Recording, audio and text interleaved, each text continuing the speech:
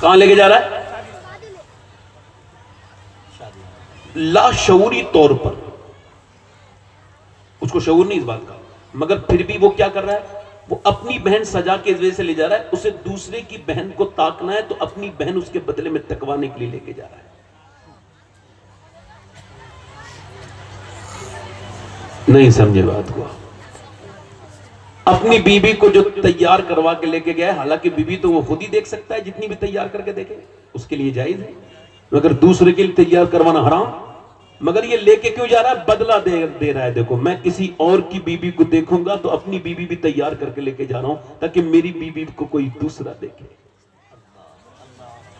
مسلمانوں کی شادیاں یہودیوں نصرانیوں کی شادیوں سے بدتر ہوتی چلی جا رہی ہیں۔ کچھ شادیاں میری طرف دیکھو، یہ شادیاں ہیں جس میں جہیز ہے، یہ شادیاں ہیں جس میں بے پردگیاں ہیں۔ یہ بتاؤ جب شادی اتنی بیکار ہو رہی ہے تو بچے نہیں پیدا ہوں گے کیا؟ بتاؤ مجھے، دنیا میں ایک شادی ایسی بھی ہوئی ہے کہ اس کے بعد بھی اتنی اچھی شادی دنیا میں کوئی نہیں ہوئی۔ نبیوں کے بعد اللہ نے اتنا حسین جوڑا کسی کا نہیں بنایا جتنا علی اور فاطمہ کا جوڑا بنا ہے۔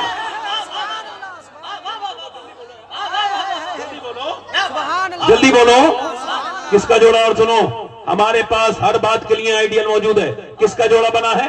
جتنا جوڑا سیدہ فاطمہ الزہرا کا خوبصورت ہے اور حضرت مولا علی کا جوڑا خوبصورت ہے۔ اور خاتون جنت کون ہے؟ ذرا توجہ کرو، کوئی عام خاتون نہیں ہے۔ حضرت سیدنا مولا کائنات فرماتے ہیں میری شادی ہوئی، میں اپنے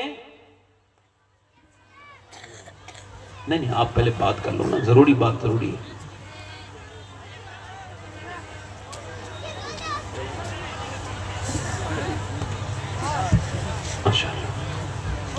بار بار آیا کیجئے آپ، ایسے برکتیں ہوں گی آپ کے آنے سے، ایسے بربر آئیں گے، بڑی برکتیں اللہ عطا کرے گا جلد سے کوئی سے۔ اور ایسے کان میں کچھ کہیے۔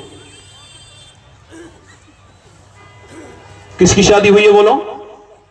حضرت جلدی بولو۔ ایک ہمارے یہاں شادی ہو رہی ہے ناچ کے، گا کے اور فیشن کر کے اور ڈرامے کر کے اور بدتمیزیاں کر کے، بے حیائیاں کر کے اور جو وہ اس کی توہین کر کے۔ تو جیسی شادیاں ہیں ویسے ہی بچے ہیں۔ بچے کیسے پیدا ہو رہے ہیں؟ کوئی کھڑے ہو کے پیشاب کر رہا ہے، کوئی شرابی پیدا ہو رہا ہے، کوئی زانی پیدا ہو رہا ہے، کوئی بدنگاہی کرنے والا پیدا ہو رہا ہے، کوئی بے غیرت پیدا ہو رہا ہے۔ اور جب شادی ہمارے یہاں شریعت کے دائرے میں ہوتی تھی تب شادی ہوتی تھی بہترین والی۔ جب دولہا علی ہوتا ہے اور بی بی فاطمہ ہوتی ہے تو بچہ کوئی حسن بن کے پیدا ہوتا ہے، کوئی حسین بن کے پیدا ہوتا ہے۔ نعرہ تکبیر، نعرہ رسالت، مذہب اسلام، اصلاح معاشرہ کانفرنس، ذکر اہل بیت مصطفیٰ، خاندان علی مرتضیٰ، حضور سیدی شماحت میاں صاحب قبلہ، نعرہ تکبیر۔ بیٹھو بھائی، بیٹھو۔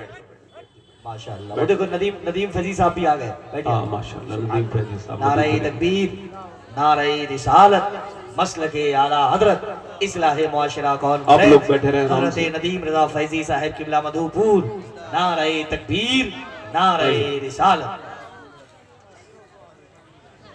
ندیم فیضی صاحب آئے ہیں، آپ لوگ بیٹھے ہیں آرام سے۔ اے بھائی تقریر کرنے دو بھائی، اے بھائی بیٹھ جاؤ، تقریر کرنے دو، ورنہ آپ کو ہی ملے گا جتنا عذاب ہوگا، مجھے کچھ نہیں ہوگا۔ ادھر دیکھو، خیر اس طرح کی تقریریں آپ سننا پسند نہیں کرتے ہوگے نا۔ اہل دل ہی نہیں یہاں کوئی، کس سے کیجئے پیار کی باتیں۔ یہ نہ دو، بیٹھ کے سن لو تقریر، یہ نہ دو، اس کی ضرورت نہیں بیٹھ کے۔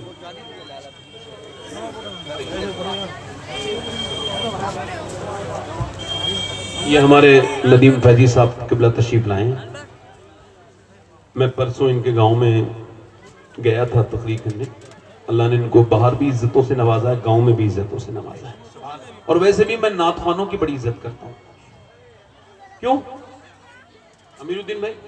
میں نعت خوانوں کی عزت اس سے کرتا ہوں کہ ہر نعت خوان نے مجھے کہیں نہ کہیں کسی شعر میں حضور کے مدینے کی یاد دلائی ہے، اور جو مجھے مدینے کی یاد دلا دینا وہ میرا محسن ہوتا ہے، اس نے میرے اوپر احسان کیا ہے نا۔ نعت خوان کی بہت بڑی بات ہے۔ کوئی لوگ کچھ مزدوری کرنے کے لیے پیدا ہوئے، کچھ لوگ کپڑا سینے کے لیے پیدا ہوئے، کچھ لوگ اس وجہ سے پیدا ہوئے کہ وہ صاحب دنیا کے دوسرے کام کریں، مگر کچھ لوگوں کو اللہ نے اپنے حبیب کی نعت پڑھنے کے لیے پیدا کیا ہے۔ اللہ تعالیٰ دیکھو عزت وہی دیتا ہے جس کو خود کو عزت ملی ہو۔ کسی بے عزت آدمی سے آپ عزت کی توقع مت کیجیے۔ اب دل لگ رہا آپ لوگوں کا نہیں لگ رہا ہے؟ بیٹھ جائیں، 2 منٹ اور بولوں، 5 منٹ، مجھے 1 گھنٹہ ہونے والا ہے، 5 منٹ رہ گئے، اور بولوں 2 منٹ؟ مجھے لگ نہیں رہا ہے کہ آپ تھوڑا مجھے ڈسٹرب کر رہے ہیں، ورنہ میں دیکھو کبھی فالتو بات ابھی تک کی ہے میں نے شروع سے لے کے اب تک۔ دل لگا کے بولو ذرا سبحان اللہ، مسکرا کے بولو یعنی یہ شادی اس طرح کی شادی۔ اچھا دیکھو آپ، حضرت علی فرماتے ہیں ایک ہمارے یہاں کی شادیاں جو بے ترتیب ہیں، بھونڈی ہیں، بیکار ہیں۔ ایک حضرت علی کی شادی، کہتے ہیں میری شادی ہوئی ہے، میری بی بی فاطمہ سامنے بیٹھی ہیں، میں انہیں دیکھ رہا ہوں، اب ذرا غور کرو، انہیں دیکھ کے رو رہا ہوں، کیوں؟ اب ذرا غور کرو، حضرت علی فرماتے ہیں میں انہیں دیکھ کے رو رہا ہوں۔ اچھا خاتون جنت کی شان کا عالم یہ ہے، امی عائشہ صدیقہ، ہزار سلام ہو صدیق کی بیٹی صدیقہ پر، سیدہ امی عائشہ صدیقہ پر۔ آپ فرماتی ہیں کہ کسی کی آنکھیں، اچھا بڑا احسان ہے ہمارے اوپر، اگر وہ نہ ہوتی تو کوئی ہمیں کیسے پتا چلتا کہ حضور کی بیٹی کا چہرہ کیسا ہے؟ کوئی رابی بیان تھوڑی کر سکتا تھا کہ فاطمہ الزہرا کی آنکھیں کیسی ہیں، ان کی ناک کیسی ہے، ان کے ہونٹ کیسے ہیں، ان کا چہرہ کیسا ہے، کوئی رابی تو بیان نہیں کر سکتا تھا۔ یہ تو امی عائشہ کا احسان ہے کہ انہوں نے بیان کیا کہ کسی کی آنکھیں، کسی کا چہرہ، کسی کا چلنا، کسی کا بولنا، کسی کا مسکرانا، کسی کا اٹھ کے بیٹھ جانا، بیٹھ کے اٹھ جانا یا اٹھ کے بیٹھ جانا، کسی کا نوازنا یا کسی کا کوئی کام کرنا، جب کوئی اٹھے تو حضور کی طرح لگے، جب کوئی بولے تو حضور کی طرح بولے، تو وہ کوئی اور نہیں تھا بلکہ سیدہ فاطمہ الزہرا کی خاتون جنت۔ سبحان اللہ، سبحان اللہ۔ کرم کا مرکز عطا سراپا جناب زہرا، جناب زہرا، اور نبی کی صورت، نبی کی سیرت، نبی کا نقشہ جناب زہرا۔ سیدنا مولا علی فرماتے ہیں میں اپنی دلہن کے قریب گیا اور دلہن کو دیکھ کے میں رونے لگا، تو انہوں نے مجھ سے کہا کیا آپ کو یہ شادی پسند نہ تھی جو آپ روتے ہیں؟ شادی کے پہلی ملاقات ہے تو آپ رو رہے ہیں۔ تو آپ نے فرمایا بات یہ نہیں ہے، میرا نصیب یہ ہے کہ آپ میرے نکاح میں آئیں۔ کہا پھر روتے کیوں ہیں؟ کہا رو اس وجہ سے رہا ہوں، کتنی بھی لڑکی کی شادی جب کسی کی ہوتی ہے تو اس کے دل میں ارمان ہوتے ہیں، ایک بار جب شادی ہو تو وہ نئے کپڑے پہنے، ایک بار تمنا ہوتی ہے جب دلہن بنے تو نئے کپڑے پہن کے دلہن بنے۔ مگر میں دیکھ رہا ہوں آپ کے چہرے پہ کوئی شکن نہیں، زبان پہ کوئی شکوہ نہیں۔ کیا بہترین اللہ نے آپ کو اپنے فضل سے ہمتیں اور رحمتیں اور دین پر استقامتیں عطا کی، اور حضور نے کیا آپ کی تربیت کی ہے۔ اس پر مجھے رشک آ رہا ہے کہ کائنات کے مالک و مولا کی بیٹی کی زبان پہ کوئی شکوہ نہیں ہے، حالانکہ جس کپڑے میں دلہن بنی ہے اس میں 17 احمد لگے۔ ہم سب کی ماں بہنیں ان کے قدموں کی دھول کے برابر نہیں۔ بولو ہیں کوئی نہیں، مگر معلوم ہے انہوں نے یہ نہیں کہا آپ صحیح کہہ رہے ہو، رونے لگی ہو، نہ اٹھیں، آگے بڑھیں، حضرت علی کا ہاتھ پکڑا اور کہا آپ بالکل بھی غم نہ کریں، میرے ابا نے جب مجھے بچپن سے پالا تو یہی سکھایا، اور جب رخصت کیا تب بھی فرمایا میری بیٹی فاطمہ اللہ کپڑوں سے راضی نہیں ہوتا، اللہ سجدوں سے راضی ہوتا ہے۔ میں تو اپنی اس بہن کی سماعت کو دیکھ رہا ہوں جو اس بات کو سن کے اپنی زندگی بدلے گی۔ اس میری بہن سے کہنا چاہ رہا ہوں جس کی زندگی میں بڑے یہ بگاڑ ہیں، بڑی بے پردگیاں ہیں، وہ قیامت کے دن کیا جواب دے گی؟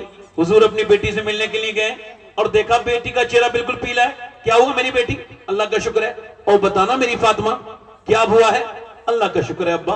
اور فاطمہ بتانا؟ حضور نے کئی بار پوچھا تو سنو، جس کی تسکی سے روتے ہوئے ہنس پڑے اس تبسم کی عادت پہ لاکھوں سلام۔ باپ تو یوں ہی پوچھ لے تو بیٹی جذباتی ہو جاتی ہے، مگر حضور نے پوچھا، مگر وہ کہا اللہ کا شکر ہے۔ حضور نے پھر پوچھا تو عرض کرنے لگی ابا جان اور تو کوئی بات نہیں، میں نے 5 دن سے کچھ کھایا نہیں، میرے پیٹ سے ایک پتھر بندھا ہے، بس ابا اس اور کوئی بات نہیں ہے۔ حضور آگے بڑھے اور اپنی بیٹی کے سر پہ ہاتھ رکھا اور فرمایا میری لاڈلی اپنا دل تھوڑا نہ کر، مومنین کے لیے قید خانہ دنیا، آخرت مومنین کے لیے قید خانہ، آخرت ان کے لیے جنت ہے۔ میری بیٹی، میری لاڈلی، تو جنت کی عورتوں کی سردارہ ہے۔ اگر آپ نے 5 دن سے کچھ نہیں کھایا تو تمہارے باپ کو آج 9 دن ہو گئے، میں نے آج 9 دن سے کچھ نہیں کھایا۔ اور یہ جو فیس بک چلاتے ہو نا، انسٹاگرام والا تم کو جانتا نہیں، مگر جو آخری امتی آئے گا نا، حضور فرماتے ہیں میں اس کے ماں باپ کا نام بھی جانتا ہوں، اس آخری امتی کو بھی جانتا ہوں جو قیامت سے پہلے آئے گا۔ مگر اماں عائشہ فرماتی ہیں ہمارے گھر میں 17 دن سے چولہا نہیں جلاتا۔ کیا نہیں جلاتا بولو؟ کبھی اس کو غور کرنا، میں نے یہ روایت جب پہلی بار پڑھی تھی تو میرا دل آج تک اس کے لطف میں ہے، اسی جو پیراگراف میں ہے، اسی سیاق و سباق میں ہیں۔ اماں عائشہ فرماتی ہیں حضور نے وہ کھائی تھی، گٹھلی چوسی تھی، کھجور نہیں تھی، گٹھلی کو چوسا تھا، پھر پانی پیا تھا، پھر میرے آقا دعا کر رہے تھے، پیٹ پہ پتھر بندھا تھا، میں آگے بڑھی، دیکھوں کس کے لیے دعا فرما رہے ہیں، اپنی بیٹی کے لیے، حسن کے لیے، حسین کے لیے، میرے ابا ابو بکر کے لیے، عثمان غنی کے لیے، یا حضرت علی کے لیے۔ میں نے دیکھا حضور کسی کے لیے دعا نہیں فرما رہے تھے، ہاتھ اٹھے تھے، اجابت کا سہرا عنایت کو جوڑا، دلہن بن کے نکلی دعائیں محمد، دعا کرتے تھے یا اللہ میری امت کبھی بھوکی نہ رہے، میری امت کبھی بھوکی نہ رہے۔ یہ امت جو حضور کو بالکل بھول گئی، اس نے بالکل بھلا دیا میرے سرکار کو۔ میرے دوستوں، میرے بھائیوں، میں نے آپ سے بہت کچھ تو کہنا تھا، مگر تھوڑے سے مجھے یہاں پر میری ڈسٹرب ہوا میں، مگر پھر آخری باتیں کر رہا ہوں۔ میری بہنوں، میری بیٹیوں، جب تک تم نیک نہیں ہوگی۔ اچھا پہلے ولی کیسے بنتے تھے آپ کو خبر ہے؟ ولی کیسے بنتے ہیں بتا ہے؟ بتا دوں؟ دیکھو اب تو تھوڑا ماڈرن ولی جو بن رہے ہیں، آج کل کے ماڈرن ولی، انہیں تو مولوی بنا رہے ہیں۔ وہ کچھ 10 15 20 ہزار روپے کے کئی مولوی ہیں، انہیں آپ پیسے دے دو تو وہ ایسی تقریر کریں گے، آپ خود بھی کنفیوز ہو جاؤ کہ یار واقعی میں ولی تو نہیں ہوں میں۔ ایسے کئی حق بولنے والوں کو جانتا ہوں جو ایسے پیروں کی تعریف کرتے ہیں جو نماز تک نہیں پڑھتے ہیں۔ پیسہ ایسی چیز ہے بھائی، میں بھی دیکھ رہا ہوں جتنے فتین مولوی ہیں ان کو تھوڑا بہت پیسے دے گئے، آپ تھوڑا اپنی تعریف کروا لیں، ان سے بچنے کا یہی طریقہ ہے۔ حالانکہ یہ کتے ہوتے ہیں، ان کی زیادہ اوقات بھی نہیں ہوتی، 10 15 ہزار میں مان جاتے ہیں۔ میں کسی کو کہہ نہیں رہا ہوں، جیسے کسی کو برا لگے تو اسے ضرور کہہ رہا ہوں، میں نے کسی کا نام تو اوپن، مگر جہاں پانی پھینک دیجئے پھر وہ اپنا راستہ خود ہی دیکھ لے۔ پہلے ولی بنتے تھے معلوم ہے کیسے؟ ماں باپ پرہیزگار، ماں نیک، باپ نیک، ماں واصف علی واصف فرماتے ہیں اور کہتے ہیں میں ہاتھ جوڑتا ہوں ان لوگوں سے جنہیں اللہ نے اولاد دے دی اور نماز نہیں پڑھتے ہیں، اب وہ نماز شروع کر دیں، چونکہ اب تک وہ بے نمازی اکیلے تھے، اب ان کی نسل بے نمازی ہو جائے گی۔ ادھر دیکھو، ماں، بچہ پاگل پیٹ سے ماں کی پیدا ہوا، کیا ہوا تھا ایسا جو پاگل ہو گیا؟ وجہ تو ہوگی کوئی نا، ارے وجہ تو ہوگی نہیں۔ موج کے پیٹ میں جو بچہ پیدا ہوا ہے اس کی کیا وجہ ہے؟ پیدا ہوتے ہی پاگل ہے، مینٹلی ڈسٹرب ہے، وجہ کوئی ہے؟ اس کی وجہ کا تلاش کیا آکسفورڈ نے، وہ کہتے ہیں ہم نے اس پر ریسرچ کیا 27 سال کہ بچے جو ماں کے پیٹ سے پیدا ہوتے ہیں یہ وہ بچے ہیں 80% جو ماں کے پیٹ میں تھے تو ان کو ان کے باپ نے مارا باپ نے ماں کو اور اثر ہو گیا بچے پر۔ اب ذرا دیکھو، ڈاکٹر کہتے ہیں کہ ماں سے جب وہ پریگننسی میں ہوتی ہے کہ بہترین طریقے سے اپنے بچوں کو خیال رکھنا، تمہارے پیٹ کا بچہ اب تمہاری چیزوں پہ وہ اثر انداز ہونے لگے گا، تم جو کھاؤ گی اس کا اثر ہوگا، جو پیو گی اس کا اثر ہوگا۔ اگر ٹینشن لوگی تو بچے کا دماغی توازن بگڑ سکتا ہے، بی پی نہ بڑھنے دینا، یہ نہ ہونے دینا، دنیا کی ہدایات دے دیتے ہیں۔ اگر طاقتور بننا چاہتے ہو، اچھا گروتھ چاہتی ہو تو تم ایسا کرنا، میری بہنیں ذرا کان کھول کے سنیں، اور پریگننسی میں یہ ہونا بھی چاہیے فیسلٹیز۔ عورت جب پریگننٹ ہو تو بہت زیادہ وہ کمزور اور بہت نازک مومنٹ ہوتا ہے، اس وقت میں عورت کو ٹینشن دینا، مارنا تو بڑی جہالت ہے، بڑی بدتمیزی ہے، اپنے اوپر اپنے بچے کے اوپر ظلم کرنے کے برابر ہے۔ مگر سنو، وہ ڈاکٹر کہتے ہیں گروتھ اچھا چاہتی ہو تو زیادہ طاقت کے لیے بادام میں چونکہ آئرن ہوتا ہے، اور تم اگر آئرن کے لیے بادام کھاؤ اور سیب کھاؤ،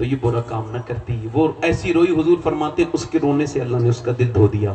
اور یاد رکھو روتا کوئی ہے اللہ کسی کا دل دھو دیتا ہے, یہ اس کی رحمت ہے. آنسو ہی ہیں جو محبت کے تقاضوں کو پورا کرتے ہیں. وہ رو کے بولا جا تجھے میں اپنی بہن بناتا ہوں, تو نے میری آنکھیں کھول دی, یہ پیسے لے. وہ تو چلی گئی, وہ سجدے میں گر گیا. مالک ایک رات آئی تھی, میں نے ہاتھ تک نہیں لگایا, اور اس نے تو میں نے کتنی لڑکیوں کی عزتیں لوٹ لی, کتنی میں نے ڈکیتی ڈالی, کتنی لڑکیوں کو آبرو کو میں نے تار تار کیا. مالک اگر میرے جیسا گنہگار کوئی نہیں تو تیرے جیسا کریم بھی کوئی نہیں. پھر وہ اتنا رویا, مغلوب ہو گیا اپنے اس جملے سے جو اس نے کہا, اے میرے مالک کیا میرے گناہ تیری رحمتوں سے زیادہ بڑھیں, تیری رحمتوں سے بڑھیں. رونے لگا, بہت رویا, اتنا رویا کہ مر گیا. اس کی روح نکل گئی روتے روتے. سرکار فرماتے ہیں اس کا دل دھڑکن اس کی رک گئی, مر گیا. کوئی بندہ تیرے در پہ جو آنسو رول دیتا ہے, میرے مولا در توبہ تو اس پر کھول دیتا ہے. مر گیا, صبح کو کوئی جنازہ نہیں اٹھا رہا ہے, اس کا جنازہ اٹھائیں گے. ظالم تھا, زانی تھا, زنا کرتا تھا, کوئی نہیں آیا. اللہ نے فرشتوں کو بھیجا, اس کے گھر کے دروازے پر بڑے بڑے موٹے موٹے لفظوں پہ اللہ نے لکھوایا, ان اللہ قد غفر للکفل. یہ جو کفل ہے اس کی اللہ نے بخشش فرما دی ہے, اس کی مغفرت فرما دی ہے. کیوں؟ چونکہ یہ رویا تھا. مخدوم یحییٰ منیری رحمۃ اللہ علیہ فرماتے ہیں کہ تم جب توبہ کرو تو اپنا غسل کرو, کمرہ بند کر لو, پھر اپنا مصلی بچھاؤ, اور پھر اپنے سارے پچھلے اگلے گناہ جتنے کیے ہوں یاد کر کے رو, اور رو کے کہو مالک مجھے معاف کر دے, میں تیرا بھاگا ہوا بندہ, بھاگا ہوا مجرم آیا ہوں, تو کرم نہ کرے گا تو کون کرے گا. کہتے ہیں ایک دو آنسو بہا دو بس. وہ فرماتا ہے اتنا رو لے میرے بندے کہ تیری آنکھ کا آنسو مکھی کے سر کے برابر گال تک آ جائے, میں تیرے سارے گناہ معاف کر دوں گا. بس ایک بار رو لو, اپنے گناہوں سے توبہ کرو. کتنے لوگ آپ میں ایسے جو حضور کے نام پہ جان دے دو گے؟ دونوں ہاتھ اٹھا کے بتاؤ, نیچے ہاتھ کر لو. علماء سے نہیں, علماء سے اوپر ہاتھ اٹھا کے بتاؤ کتنے لوگ ہیں. نیچے ہاتھ کرو. جو جان دے سکتا ہے کچھ بھی کر سکتا ہے نا. اب ایک دوسرے کی طرف نہ دیکھنا, مسکرانا نہیں. کتنے لوگ ایسے ہیں جو حضور کے نام پہ آج سے جان بھی دے دیں گے اور آج سے پوری داڑھی بھی رکھا لیں گے؟ وہ اس محفل میں ذرا کھڑے ہو جائیں, کھڑے ہو جاؤ. جو پوری داڑھی رکھائیں وہ کھڑے ہو جائیں. ایک مٹھی پوری داڑھی رکھانے والے کھڑے ہو جائیں, کھڑے ہو جاؤ. یہاں پہ وراٹ کوہلی والی نہیں, چھوٹی والی مولا علی والی داڑھی رکھانی ہے. چچا آپ کے جس کی پوری داڑھی ہو وہ بیٹھ جائے, جس کے کٹی بھی ہو وہ کھڑے ہو جائے. اے بھائی کھڑے ہو جاؤ, ادھر آ جاؤ, باہر آ جاؤ, باہر نکلو, آ جاؤ. داڑھی رکھنے والے ادھر آ جاؤ, آ جاؤ. میں وہیں بھیج دوں گا آپ کو, 1 منٹ آ جاؤ بس. ادھر آ جاؤ. اے مسکراؤ مت. دیکھو آپ اس دن مومن بن جاؤ گے, جتنی جلدی مسکراتے ہو نا اتنی جلدی رونا سیکھ گئے, اس دن مومن بن جاؤ گے. یاد رکھنا. ہاں, مومن کا دل بالکل حضور فرماتے ہیں چڑیا کی طرح ہوتا ہے, ذرا سا ہوا نہیں اور مومن کی آنکھوں سے آنسو آئیں گے. 1 2 3 یہ 7 ہو گئے. آؤ باہر نکل کے آؤ. 8. اچھی لڑکیوں سے اگر شادی کرنی ہے, بگڑی ہوئی خراب لڑکیوں سے بچنا ہے تو شادی سے پہلے داڑھی رکھا لو, کیونکہ کوئی بھی بگڑی ہوئی لڑکی داڑھی والا پسند نہیں کرتی. داڑھی والا وہی پسند